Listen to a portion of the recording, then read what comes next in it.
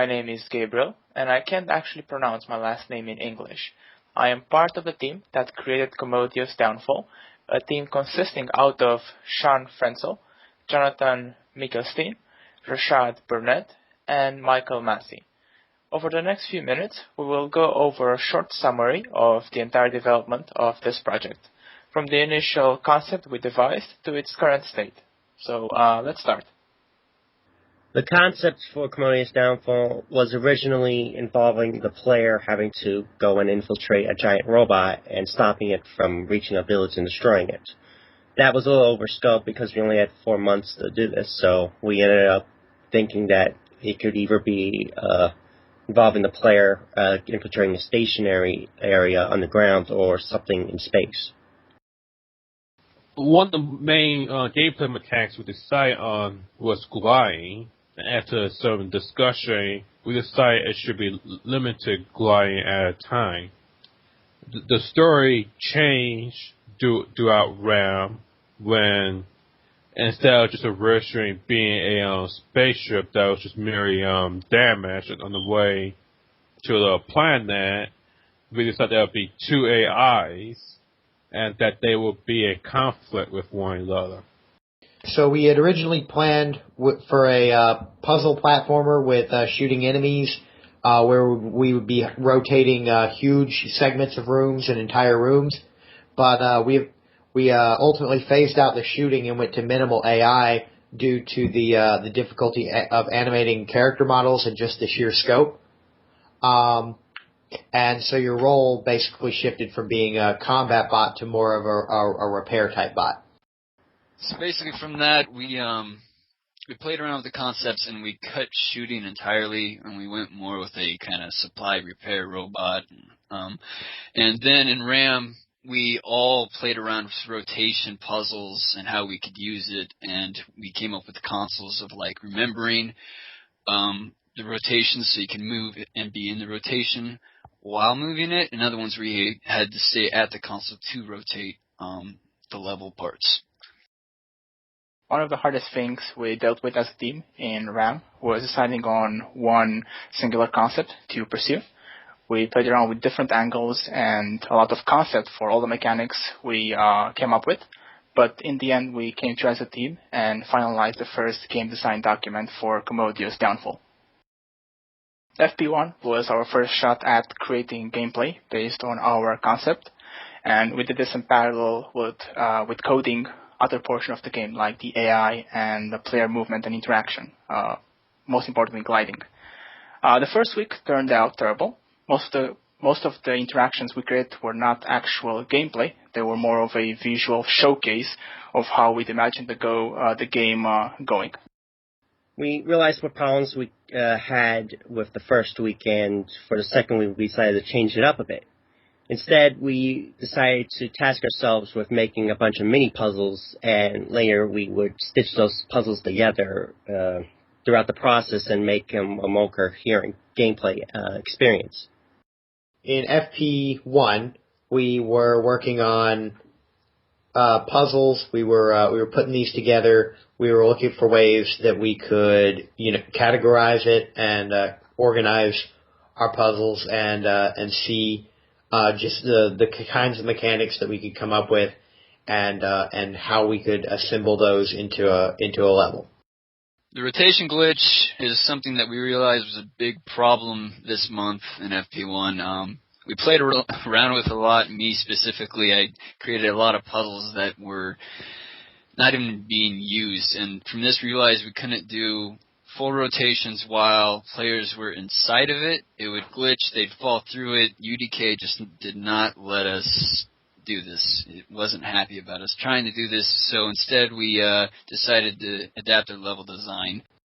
A major problem is that we didn't have any actual lovers. It was just a collection of puzzles that would just scatter around, and when we tried to put them together, it didn't really form a cohesive lover.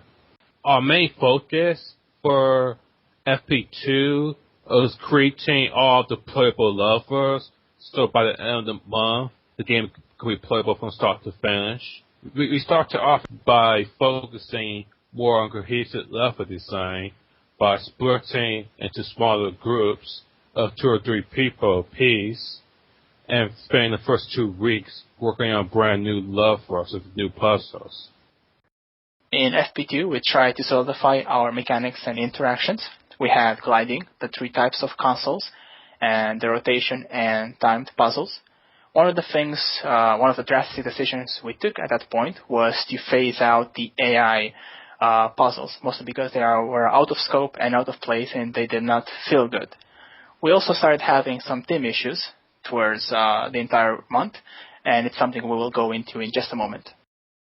During the end part of the second week of FP2, we realized that we didn't have a lot of levels to work with. So we decided to borrow some from our prototype in FP1 near the end of it.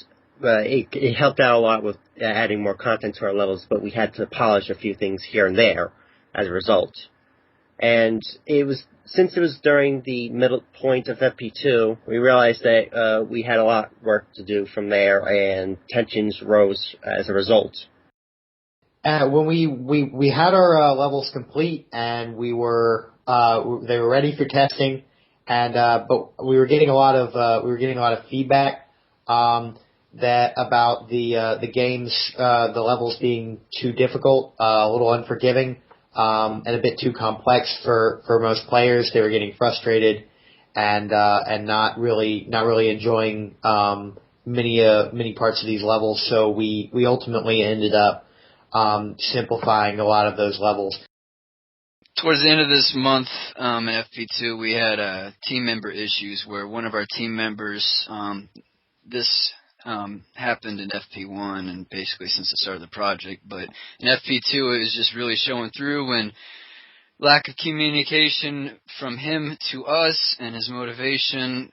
He just wasn't doing what he was assigned, and it came to a halt to where one of our team members eventually had to leave our team at the end of FP2 going into FP3. FP3 was the month where we basically polished and tweaked and stopped creating levels. It's where we did a visual overhaul and did some big changes in the gameplay, tweaking-wise, basically over everything. Despite us not wanting to create any more content for us to polish and tweak and have to deal with, we all decided that we needed a good ending, a climax to our game that we made, so we decided to make an end level. In FP3, we finally got around to finalizing the story and inserting it into the levels. It's basically about 2 AIs of conflicting ideologies and the player cut in the middle from. We decided to end with a cliffhanger instead of a definite end, so that we may continue later on if we ever decide to. We did 2 very drastic changes in FP3, aside from the overall visual overhaul. First, we replaced the entire user interface with Scaleform Flash, which ended up making it look a lot better and more intuitive. And we also changed how jumping works in the game. We basically replaced the single jump that we felt didn't give us a lot to work with in a vertical sense, and we replaced it with a double jump. This did force us to go back to the levels and overhaul certain puzzles and adjust platforms to account for this new mechanic. In FP3, we did a lot of changes with the visuals, which was the main idea of it in the first place. We added a lot of light meshes, and sounds to make the environment feel more alive. And it paid off in the end because you got the more of a feeling that you were alone in the ship, and you were the only 2 people talking to you were Commodious and Eden, the AIs that were involved in the game.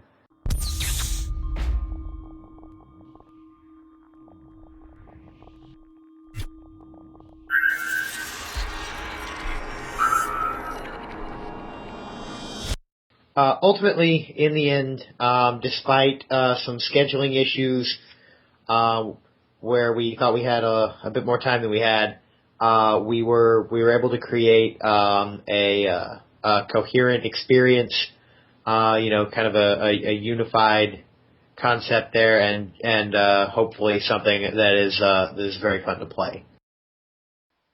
In a nutshell, the final project has been the most important one we've been through in this program, having us go through everything from collaborating on a concept, iterating on it during development, even getting into both creative and technical issues and learning how to adapt to them.